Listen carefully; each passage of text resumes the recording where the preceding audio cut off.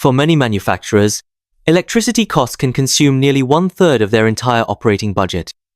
A textile mill in Hebei was facing that very challenge. To cut expenses and gain true energy independence, the factory deployed a highly efficient solar plus storage hybrid system. The setup includes four 100 kilowatts, 241 kilowatt-hours indoor battery clusters, seamlessly paired with a synchronization cabinet and a 250 kilowatt solar storage integrated inverter, all working together with a 400 kilowatt solar PV array. During peak daylight hours, the solar array powers the production lines first. Any excess energy is captured and stored in the battery system for later use.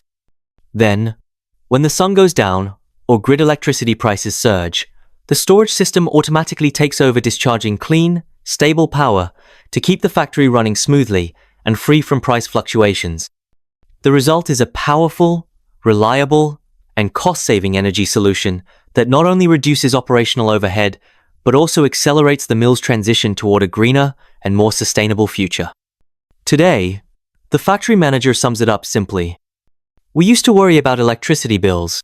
Now, we generate our own power straight from the sun.